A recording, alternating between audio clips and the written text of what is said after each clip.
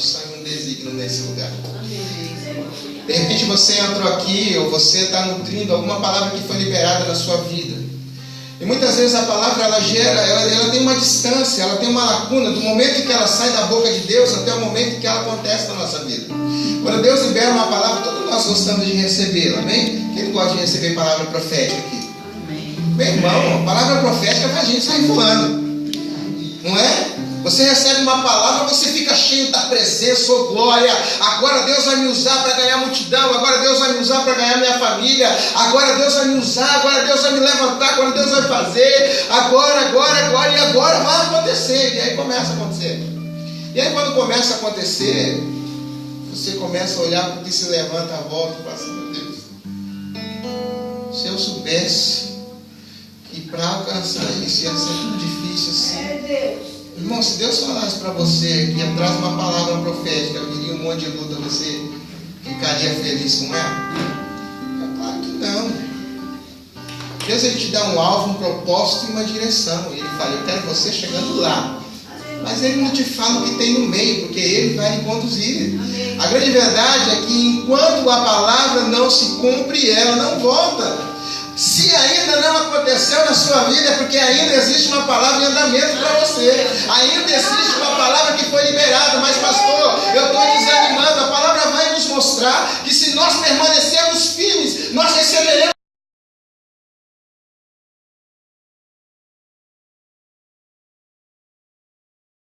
As pessoas não conseguem alcançar. E depois pensa que o profeta estava mentindo, que Deus se enganou e qualquer coisa assim. Não!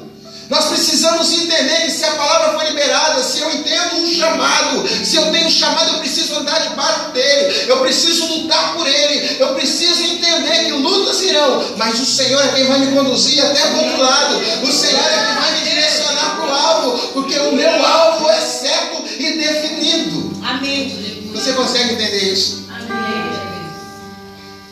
Você consegue entender isso? A Bíblia vai mostrar um monte de homens que tiveram dificuldade, grandes homens que tiveram dificuldade para poder chegar lá. Grandes homens que lutaram, que têm um histórico abençoado. Eu quero falar sobre um desses hoje. Eu quero falar sobre um homem que me chama muita atenção, porque ele passou por essa dificuldade do tempo e da luta. Elias é um grande profeta.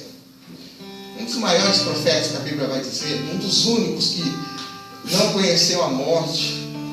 Apenas 2 homens da Bíblia não conheceram a morte, um foi Enoque e o outro foi Elias.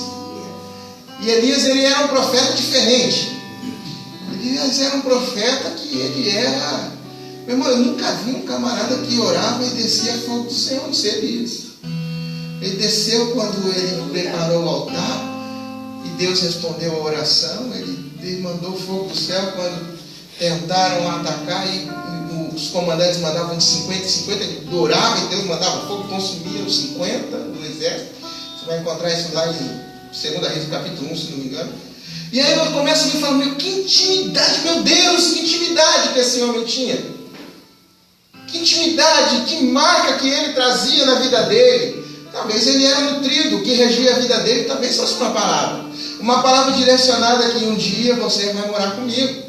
A Bíblia não vai nos precisar, ou pelo menos eu não encontrei ainda, é o lugar onde Deus falou que Elias ia morar com ele sem conhecer a morte.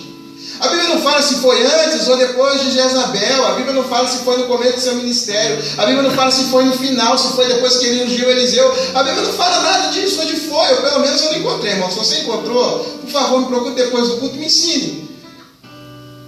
Mas a grande verdade é que ele nutria uma promessa de que um dia ele moraria com Deus. Ele tinha um compromisso. Ele era um profeta que faria diferença. Ele entendia o seu legado. Ele entendia que ele precisava cumprir aquilo a que ele foi designado. Amém. Tanto que lá no livro de 1 Reis, no capítulo 19. No capítulo 19. A Bíblia vai dizer lá da história desse profeta, quando ele acabou de fazer com que a idolatria fosse banida de Israel. Ele foi lá, disse que não choveria na cidade, foram 3 anos e meio de seca. Deus honrou sua palavra. Foram 3 anos e meio esperando o tempo onde ele precisaria se levantar para fazer o que Deus enviou. O que Deus o chamou, o desígnio dele de acabar com a idolatria naquele lugar. Acabe foi um dos piores reis que Israel conheceu, porque foi o que trouxe a idolatria, ou melhor, o que fez com que a idolatria crescesse lá. A idolatria não entrou através de Acabe. Quando a gente começa a estudar a história, a gente vai entender que a idolatria entrou desde Salomão, mas em Acabe ela se multiplicou, aconteceu algo terrível. A gente vê que de repente a idolatria se instaurou de um jeito que virou uma grande vergonha. Deus fechou o céu naquele lugar, irmão, por conta da idolatria. E aí foram 3 anos e meio e de repente ele aparece, agora vai chover. Ele fala assim, ó, vamos acabar com essa bagunça da idolatria aqui. Vamos acabar com esse problema todo aqui. Nós vamos orar e o Deus que for o Deus vai responder com fogo.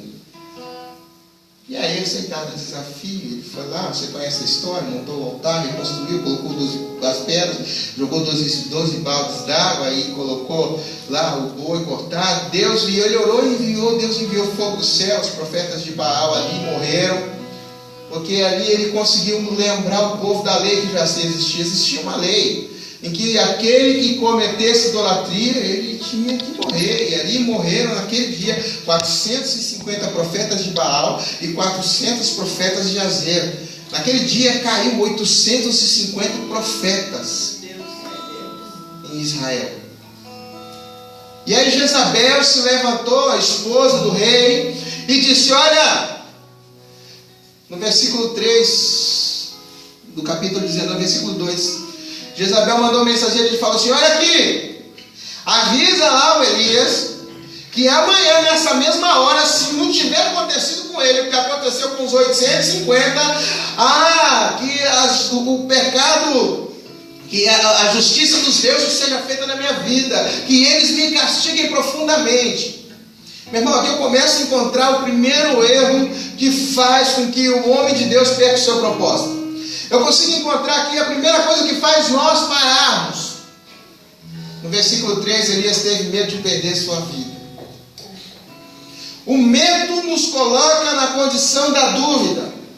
O medo nos coloca na condição de não avançarmos, de não progredirmos, de não lutarmos. O medo nos coloca na condição de querermos fugir. Ele lutou pela sua própria vida, ele pensou na sua vida, mas peraí, eu creio aqui, eu entendo aqui, que Deus já havia de alguma forma dito a ele que ele não morreria, porque ele não conheceria a morte. Uma revelação pessoal minha, irmão. Eu creio dessa forma. E aí eu creio que ele já sabia que não conheceria a morte. Por que temer a morte? E por que o medo de morrer? Aquele que prometeu não seria fiel para cumprir. Ele acabou de ver fogo descendo do céu. Ele acabou de acabar. Ele tinha exterminado a idolatria de um país. Ele tinha acabado com a história de um país. Ele tinha mudado a sentença. Meu irmão, você sabe o que é isso? O tamanho disso. Muitas vezes nós esquecemos daquilo que Deus nos fez e nós olhamos para coisas menores e achamos que Deus não é capaz de fazer. O que era uma mulher perto de 850 que caíram um dia antes? Meu Deus. Quantas vezes nós olhamos, alcançamos, Deus nos manda a provisão, Deus cura, Deus faz milagre, e por causa de um pequeno problema nós já queremos parar e fugir com medo da morte, com medo do que vai acontecer, meu Deus. O que vai acontecer? E agora? Como vai ser? Meu irmão, eu estou dizendo para você que não é difícil. Eu não estou dizendo para você que você, mediante a luta, não pode entrar em crise. Claro que você pode entrar em crise. Você é ser humano. É por isso que Jesus veio. Porque senão a gente não precisava disso.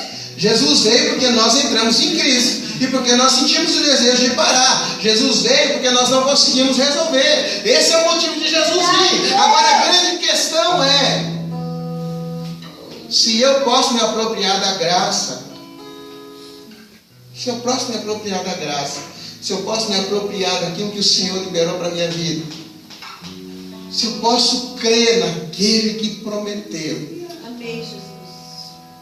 por que eu não vou confiar, irmão? Verdade, Jesus. Mesmo em crise, mesmo com medo. O problema de Elias aqui não foi o medo, foi a fuga.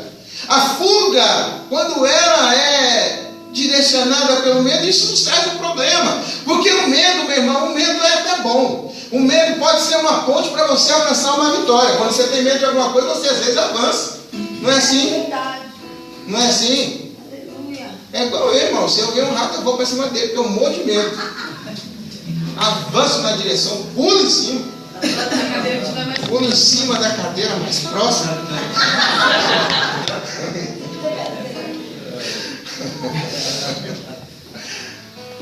Eu tô brincando. Não tenho medo, não. Agora que eu lembrei que está em rede mundial, né? A gente está filmando aqui, está no Facebook.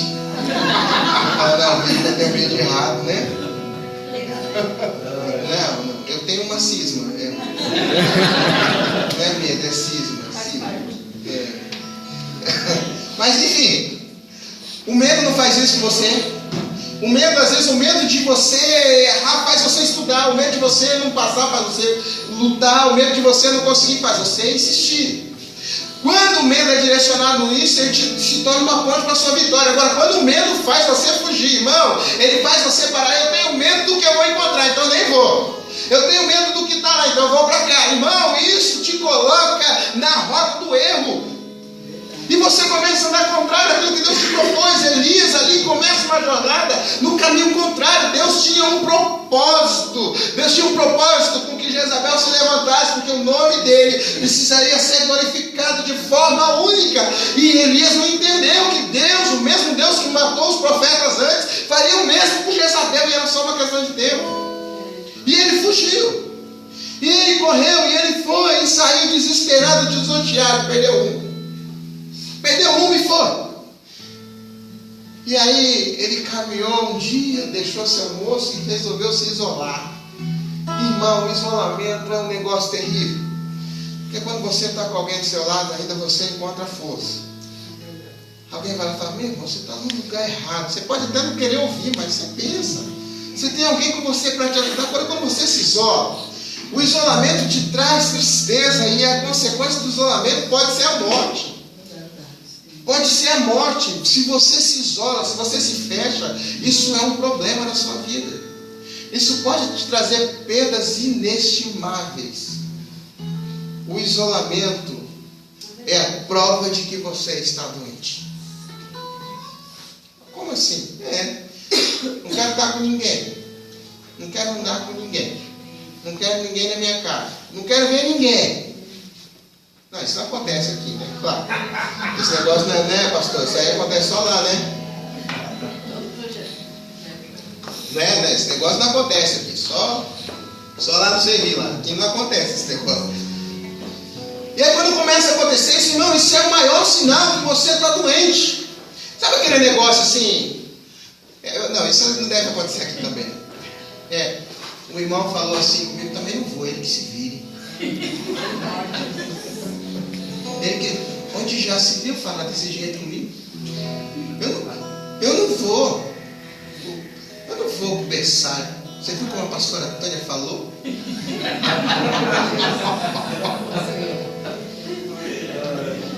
Ela é profeta, irmão. Até para dar recado ela desce cajado. O negócio é sério. Mas eu não vou. Também se tiver meu filho, ele tiver com cólica, eu nem na igreja vou também, só para almoçar. Isolamento, irmão. É claro que esse negócio não acontece aqui, né? Isso aqui não. Imagina, esse negócio, né? Todo mundo usa. A prova é que as frases estão acabando. Né? Não estão, né? Então, olha só, nós precisamos entender isso.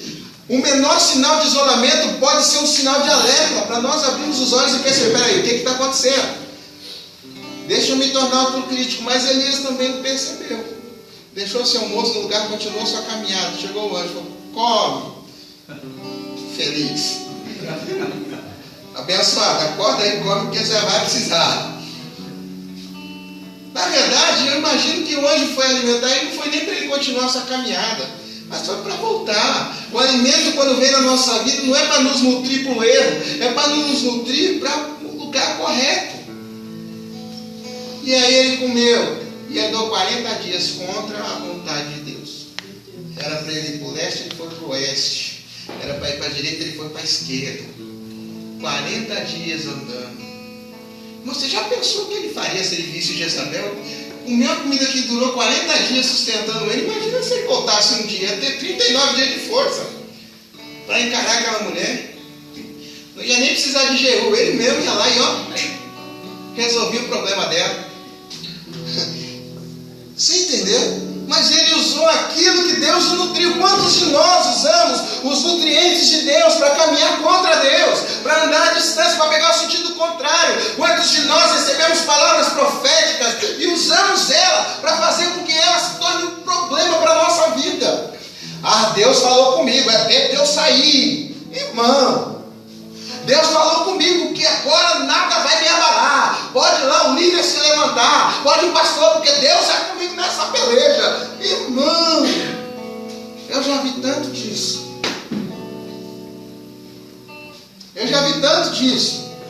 Isso nem me assusta. Já falaram assim de mim: Pastor David está no meu joelho. Falaram, irmão.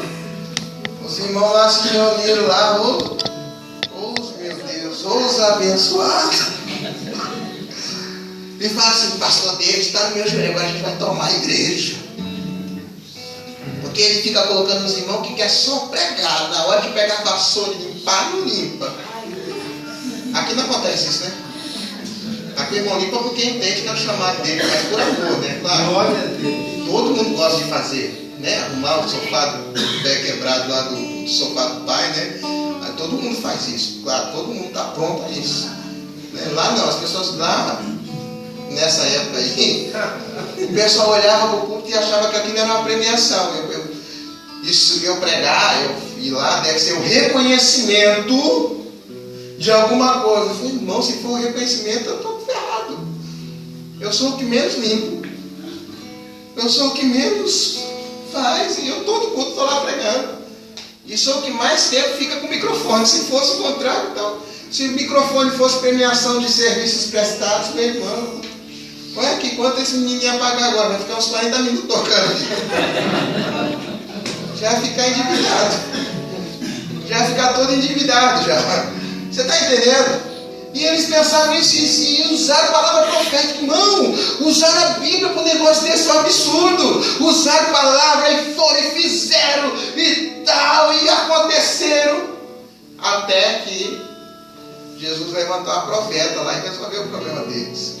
A pastora Débora chegou lá e teve um discipulado próximo com eles lá de umas 8 semanas. Irmão, Jesus mudou o negócio, ninguém se perdeu. Graças a Deus. Mas foi um ajuste. E às vezes a gente vê pessoas assim se levantando. E meu irmão, não é problema. Mas não é culpa sua, não. É culpa de você não entender o que está acontecendo.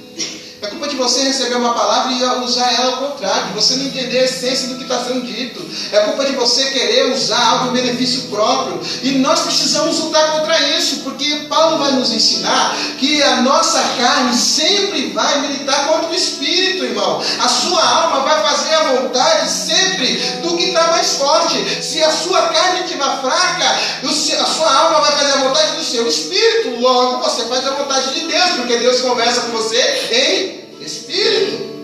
Se a sua alma fizer a vontade da sua carne, irmão, você vai fazer tudo o que desagrada a Deus, porque a nossa carne é aquilo que tem contato com essa terra. Logo, tudo aquilo que traz prazer para a terra, traz prazer para a nossa carne. E se a minha alma anda segundo a vontade da minha carne, então logo a minha alma faz a vontade da carne e eu vivo segundo a carne.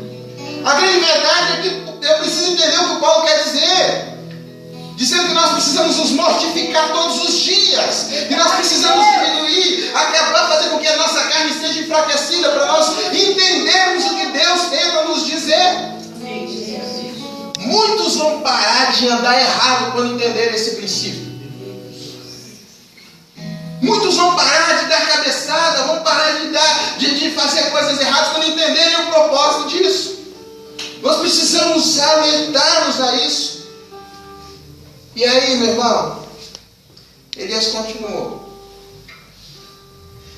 E aí, além de estar isolado, usando o recurso de Deus para outras coisas, ele se enfiou numa caverna. Sabe quando você se fecha dentro de você assim?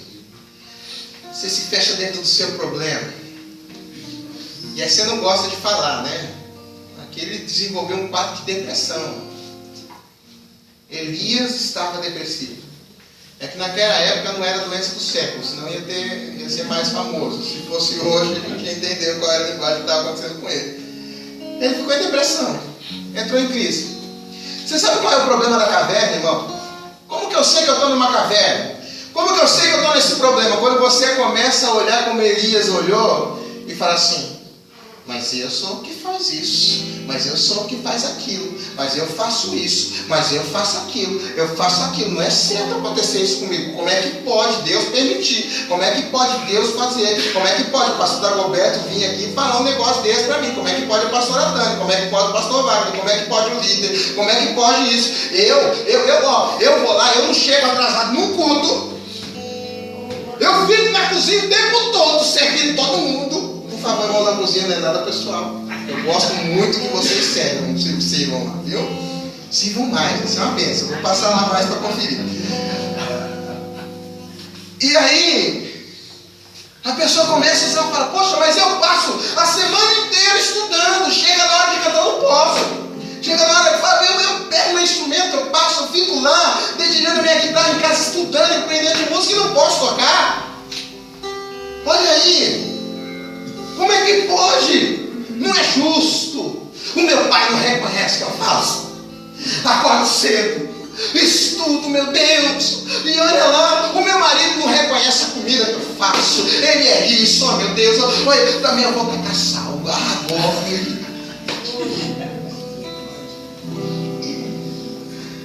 Porque a minha mulher, se reconhecesse o suor que sai do meu rosto, ela não ia gastar tanto. Ela não dá valor porque ela acorda à tarde, fica em casa lá, e olha aí, ela não sabe quanto vale R$1. Aqui não acontece esse negócio, não. Não, né? E aí você começa a se fechar dentro do seu problema, e você começa a estar isolado dentro do problema, parado, fechado, e você não consegue sair dele. E quanto mais você olha, mais você se enche de juízo próprio, mais você se sente a pessoa que é a certa. Eu sou... Qual é o nível maior que somos sacerdote? Quarta pessoa da Trindade. Quarta pessoa da Trindade. Assim que você não leu o Apocalipse direito. Que é quando está Jesus assentado à destra de Deus. Eu estou à esquerda. É uma falha de interpretação. João enxergou errado porque eu não existia ainda. Você entendeu? E aí a pessoa começa a se achar, irmão.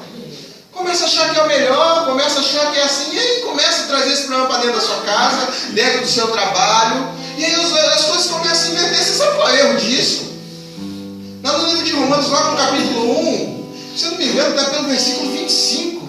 Ele vai usar um outro contexto, tá bom, irmão? Mas eu acho que vai caber para isso aqui. Vai dizer que a criatura se tornou maior, quis se tornar maior do que o Criador. Sabe qual foi o conceito disso? Valores invertidos. O homem começou a se dar em casamento com homem, mulher com mulher. Não é o caso. Não estou falando que aqui, quando você começa a inverter, mas a grande verdade é que quando você inverte o valor e começa a se sentir mais autoridade do que autoridade, quando você começa a se sentir mais autoridade do que autoridade, os valores se invertem. E você começa a meter os pés pelas mãos. Você começa a fazer tudo que é errado. Você começa a andar errado. As coisas... Você não consegue enxergar o problema em você, porque o problema é sempre do outro. É sempre o outro. É sempre o irmão. É claro que eu cheguei atrasado. Você viu? O irmão não colocou o relógio para despertar. A minha esposa não me chamou. Mas cara, você estava lá, mas ninguém me avisou. Não é culpa minha. Mas você estava lá e não ouviu. Por que ninguém? Por que ao invés de falar lá, por que não colocaram cartaz lá de aniversário? Eu não sabia, a culpa é do sobreiro. Aí chegou bem e falou: a culpa não é minha. A pastora Tânia falou de púlpito, mas não falou para mim. tivesse falado para mim, ia ser diferente. Mas falou para todo mundo, mas não falou para mim. E aí vai, irmão, porque é difícil a gente falar sobre realmente eu estou errado. Você sabe que o pastor Dagoberto, assim, eu respeito muito ele. Amo muito a vida dele. E às vezes ele fala assim, pastor David, você pode vir aqui um pouquinho? Aí uma vez ele falou assim, ô querido, vem tomar um café comigo. Irmão, meu vinho. Ai, Jesus. Se aquela salinha falasse, Jesus da glória, vem tomar um café aqui com o pastor. O pior é quando ele fala assim, querido, você quer fraco ou quer forte? Alguém já passou por isso aqui? Não é? Você fala, está tentando me agradar, meu Deus. Que vem? Já passei por isso. Outro dia eu estava chegando atrasado. E chegando correndo. Aí no corredor tem um negocinho escondido assim, né? De repente quem olha assim. Oi, querido. Tá tudo bem na praia? Eu estava, né? Agora acho que ficou meio nublado.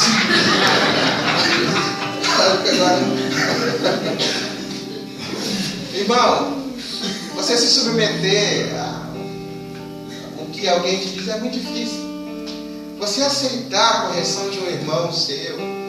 Pastor Dagoberto, eu ouço não só porque ele é meu irmão, pela experiência de vida que ele tem, pelo que ele me ensina, pelo que ele já me ensinou.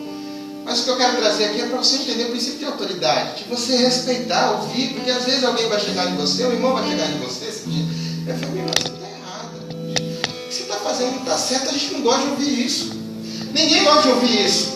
Ninguém gosta de perceber que está errado. Essa é a grande verdade. Ninguém quer aceitar o erro. Por quê? Porque isso dói, isso nos confronta, isso me machuca. Eu entender que eu estou errado, isso... Meu irmão, eu não nasci para isso. E você também não. Primeiro, nascemos, nós só não entendemos ainda, né? Não queremos ter nascido para isso.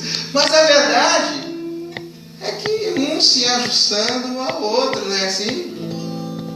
Nós precisamos, a Bíblia vai nos dizer que nós precisamos suportar uns aos outros, andarmos juntos, admoestando-nos, corrigindo-nos uns aos outros.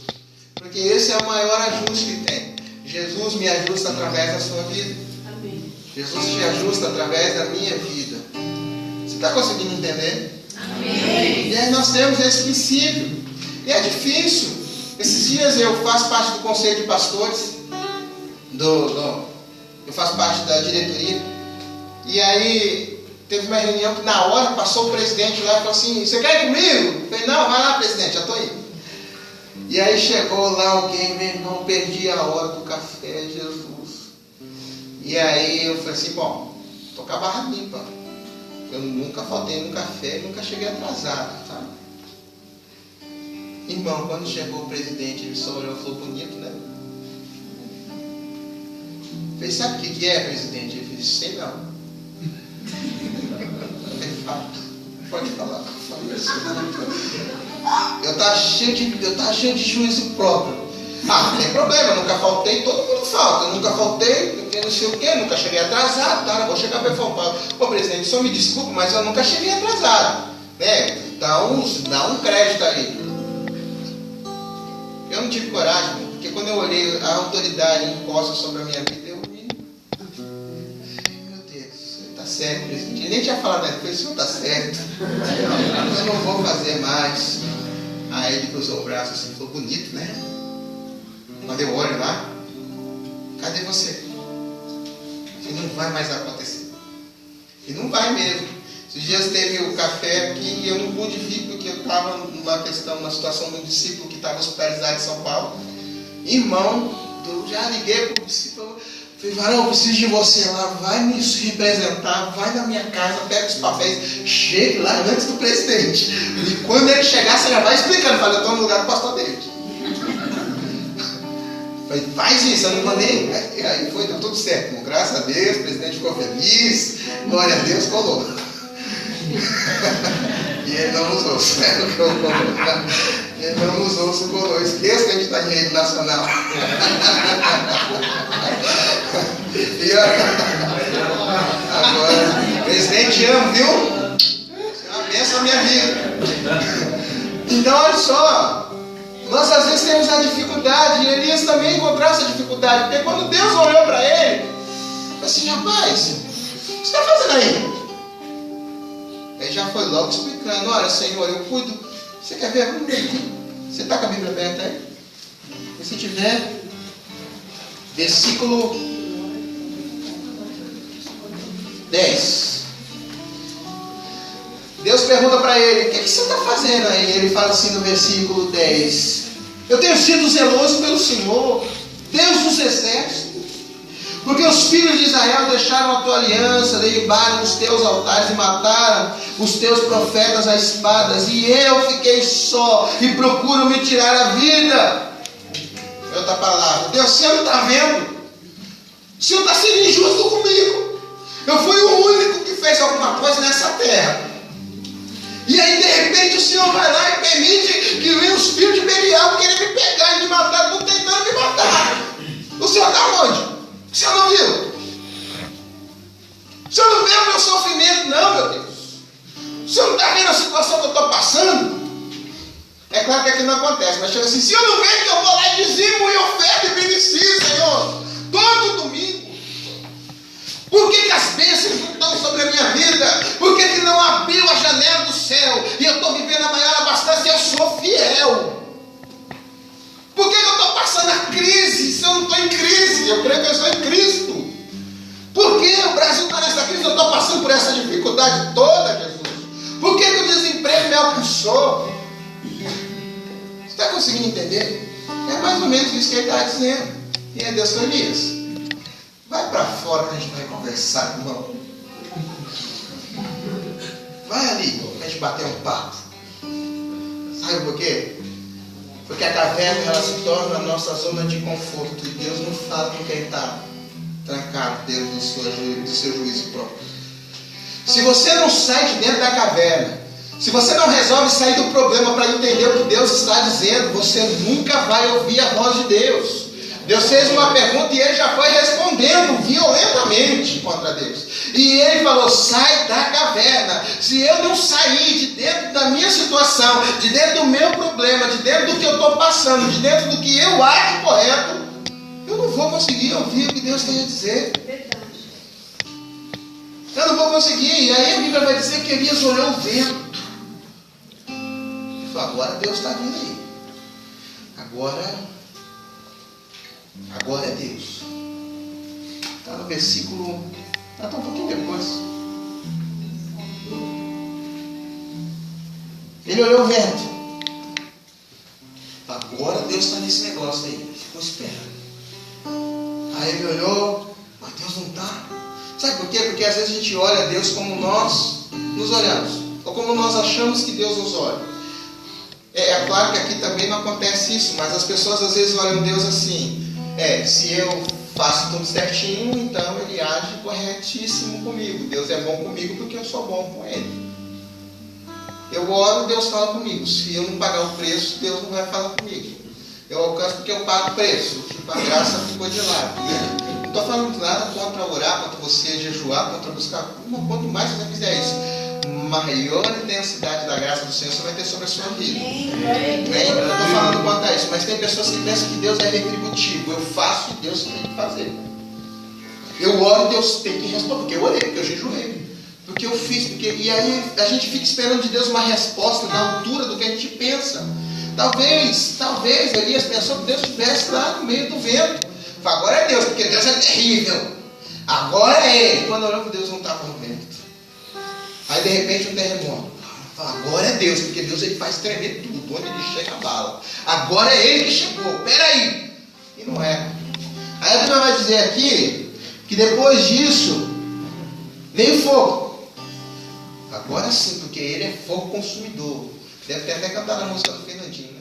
Fogo consumidor, venha dele. Agora é. Agora é. E não é. E de repente veio uma brisa.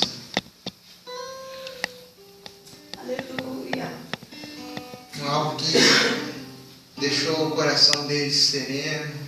Nossa! Você já sentiu esse negócio, irmão? Sabe quando você sabe que você está querendo sair da caverna? Quando você começa a sentir uma paz no meio de uma turbulência. Quando está tudo caindo ao seu lado, você fala assim, eu não sei o que está acontecendo. Eu não estou ligando. Aleluia! Glória a Deus! Nossa! Está tudo desmoronando, mas parece que eu estou andando. Que paz é essa?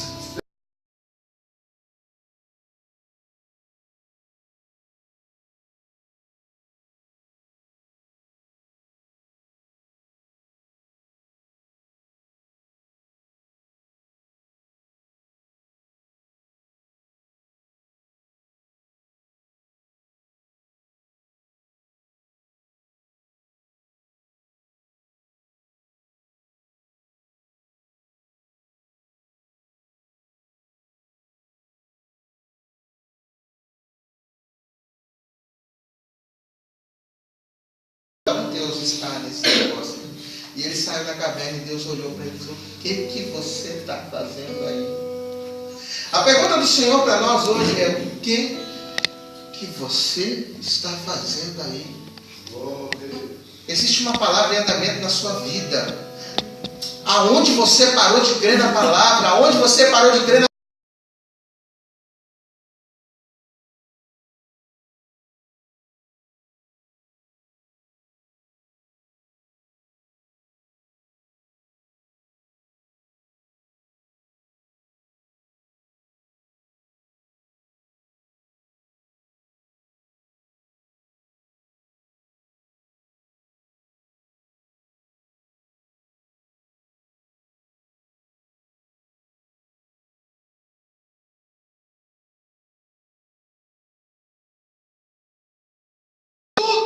Por quê? O que você está fazendo aí? Por que você está aí? Aqui Deus perguntava para Elias, o que você está fazendo aí, cara? Doido? Tem um monte de coisa acontecendo, eu preciso de você, irmão. Enquanto a gente está aqui, a cada 40 segundos existe um suicídio na nossa terra. Enquanto a gente está aqui, a palavra que a Dana leu aqui está se cumprindo. Jesus está voltando, irmão. Verdade. Enquanto a gente está aqui parado, tem um monte de gente morrendo, se prostituindo, porque nós estamos fechados dentro do nosso mundinho onde a gente acha que dá certo para tudo. Onde a gente acha que precisa ter resposta assim para tudo. Onde a gente acha que as coisas têm que acontecer segundo aquilo que eu quero e não segundo aquilo que o Senhor quer que eu faça, mesmo que eu não consiga entender na hora, porque existem coisas que Deus vai fazer, a gente não entende, e a gente se coloca nessa posição e Deus olha e fala, o que você está fazendo aí? Existe uma palavra, existe um propósito, você precisa se encaixar no propósito que Deus criou você. Você foi criado para algo maior, e o que você está fazendo aí parado? Aleluia! Nós precisamos entender isso, e mesmo assim nós respondemos para Deus como Elias respondeu. Senhor, o Senhor não vê? Talvez a gente responda com um pouquinho mais de... Eu consigo ver na resposta de Elias, pelo menos eu entendo, assim. Respondendo um pouco mais simples para o Senhor. Todo mundo querendo me matar. Está todo mundo tentando me derrubar. Eu vou voltar lá fazer o quê? O que eu vou fazer naquela terra? Querem me matar, Senhor. As pessoas só querem o que eu tenho. Senhor, o que eu vou fazer naquele lugar? As pessoas não dão valor para mim. Eu fui lá e fui instrumento de Deus na vida deles. Eu tirei eles da idolatria, Senhor. Eu tirei eles da idolatria. E olha o que eles estão fazendo comigo. Estão querendo me matar. Estão permitindo que Jezabel me mate, Senhor. E aí Deus olha e fala para ele assim, Elias, eu tenho um trabalho para você. A resposta de Deus coloca Elias na rota de novo. Aleluia. A resposta de Deus coloca ele de novo no lugar correto, irmão.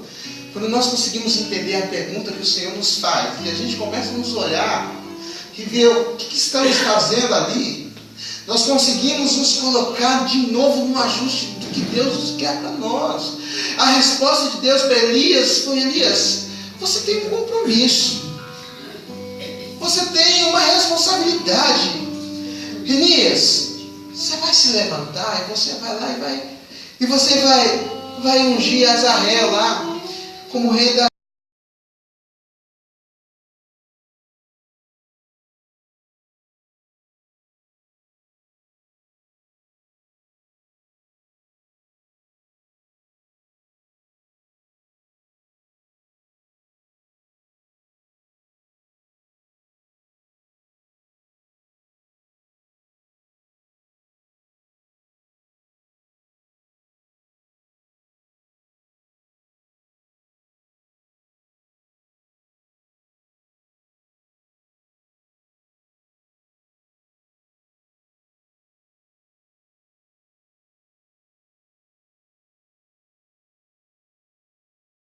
A sua mão tem poder de abençoar. A sua mão e a sua oração tem o poder de perdoar pecados, de curar, de livrar pessoas da morte, de salvar pessoas, de fazer com que as pessoas encontrem um novo caminho. E nós ficamos parados porque nós não conseguimos entender o propósito de Deus. O que Ele está dizendo é: nós precisamos sim fazer o chamado, cumprir o chamado, fazer discípulos, irmão. Eu preciso viver isso.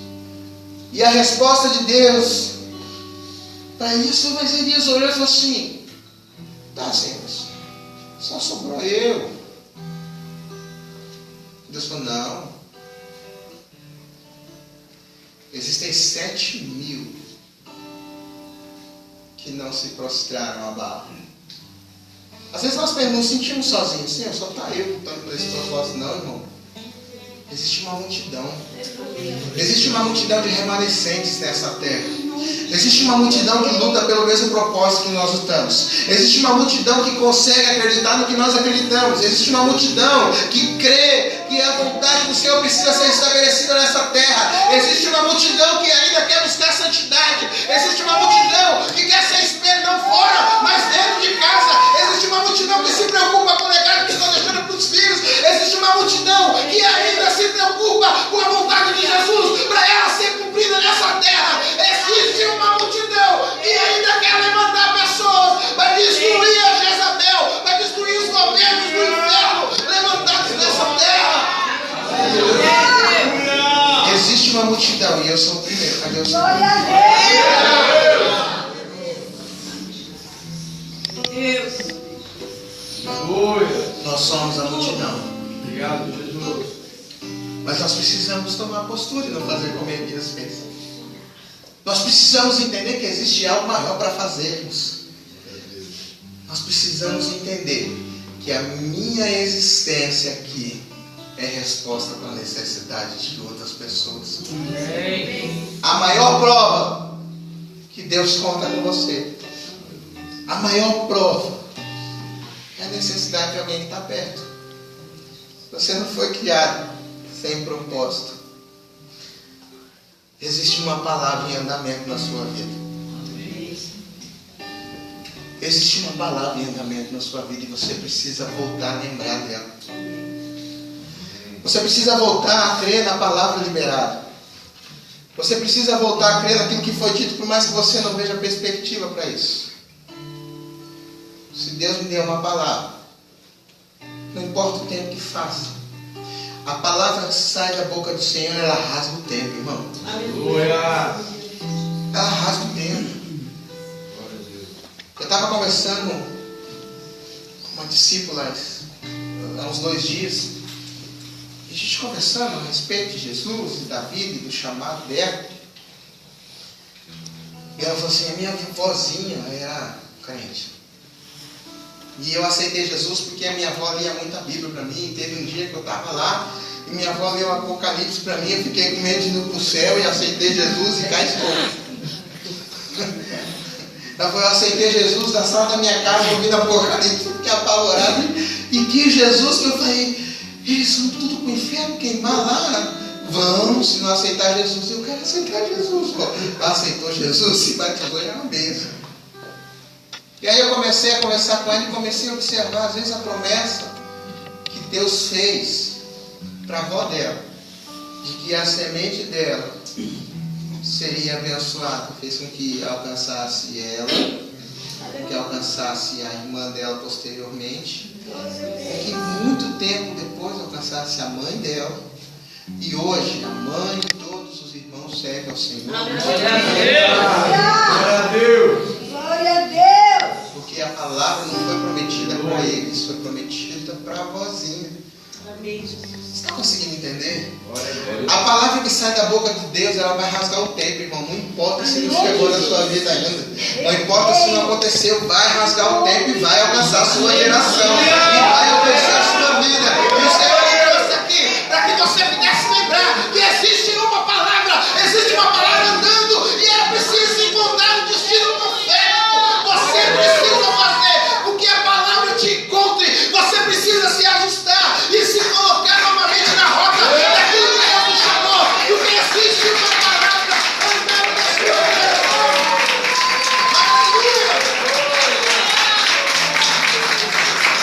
Aleluia. Aleluia.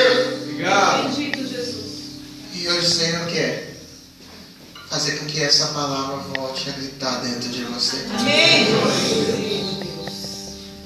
Hoje o Senhor quer que você saia de dentro da caverna. Aqui a palavra encontra o destino profético. Amém. O destino é a sua geração.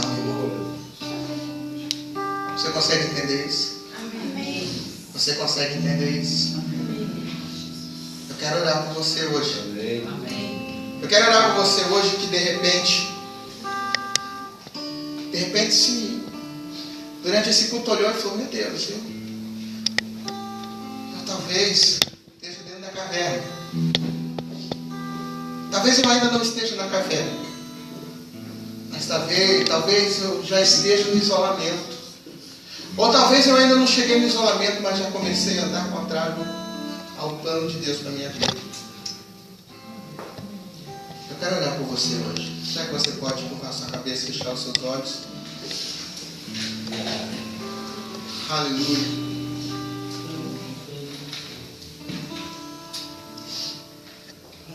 Eu quero que você olhe agora para dentro de você.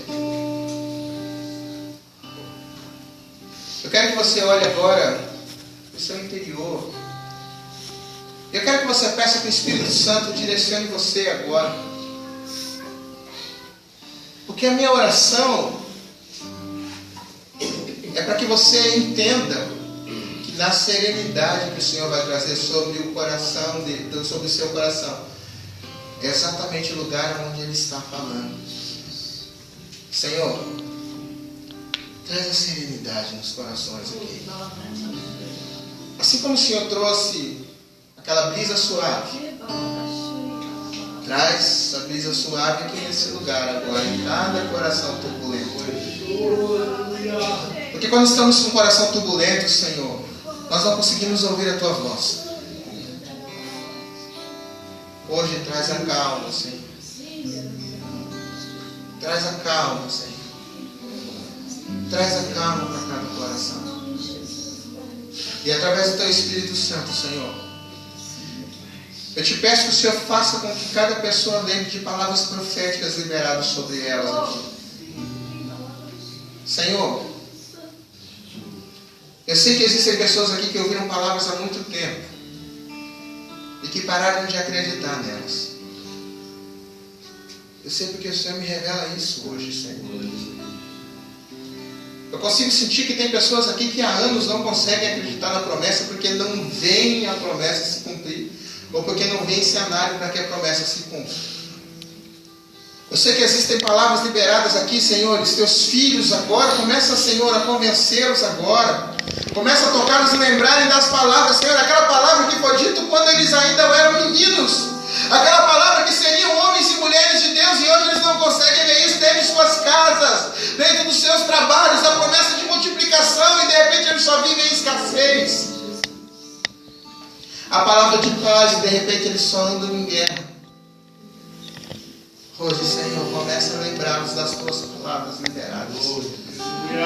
Começa a lembrar o Senhor para que essas palavras deem força para que eles saiam da caverna hoje. Comecem a lembrar-nos que o Senhor tem um propósito na vida de cada um hoje, Senhor. Comece a lembrá-los, Pai. E ajuda-nos a colocar isso para fora, Senhor. Comece a lembrar esse pai e essa mãe, Senhor, da palavra liberada sobre os seus filhos. E às vezes eles estão aqui, mas os seus filhos não estão vivendo as palavras proféticas, Senhor. A palavra de que foi liberada sobre ele, de que ele e a casa dele serviriam ao Senhor, e ele creu nisso. E hoje eles não conseguem ver, Senhor, os seus filhos e a sua casa lhe servindo, ou eles vêm servindo de fachada, ou eles não conseguem ver propósito para isso, Senhor, ou perspectiva para isso. Hoje eu te peço, Senhor, começa a lembrá-los. Leva-os ao lugar, Senhor, da promessa. Leva-os ao lugar da promessa, Senhor, em nome de Jesus. Leva-os ao lugar da promessa, para que hoje eles venham sair da caverna. Em nome de Jesus. Eu quero pedir que vocês coloquem de pé. Se eu puder, eu quero pedir para o grupo de louvor, por favor.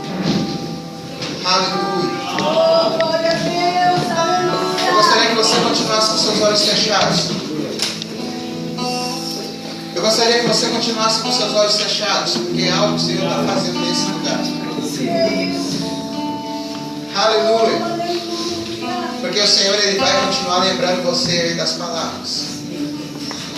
Mas é necessário que hoje você saia da caverna, irmão. É necessário que hoje você volte à rota daquilo que Jesus sonhou para você. Eu quero falar somente com pessoas que se encontram agora nessa condição. De repente você está aqui, meu irmão, e você não se encontra em nenhum desses estágios. Então me ajude em oração. Então o Senhor te trouxe aqui como intercessor, me ajude em oração. Vamos orar por aqueles que precisam. Mas se de repente você está aqui e você está em algum desses estágios, hoje você começar a caminhar ao contrário. Hoje você está vivendo isolamento, ou simplesmente de você estar dentro de uma caverna, irmão. Eu quero orar por você. Eu quero que o Senhor mude esse quadro hoje. Mas Deus não falou com Elias dentro da caverna. Deus ele falou com Elias fora da caverna. Porque a atitude de sair da caverna não é de Elias, é nossa. Ou melhor, não é de Deus, é nossa. Não foi de Elias. Não foi de Deus, foi de Elias.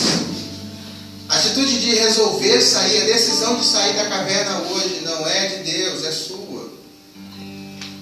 Deus ele vai se responsabilizar pelo que vai acontecer depois. Deus ele vai se responsabilizar pelo que vai acontecer depois que você sair da caverna. Depois que você ouvir a voz dele, depois que você voltar a sonhar, ele vai se responsabilizar pelo seu chamado.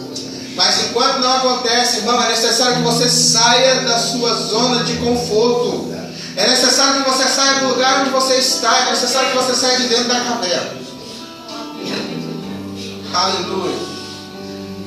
E hoje o Senhor quer fazer isso por você. Hoje o Senhor vai fazer isso por você. Você quer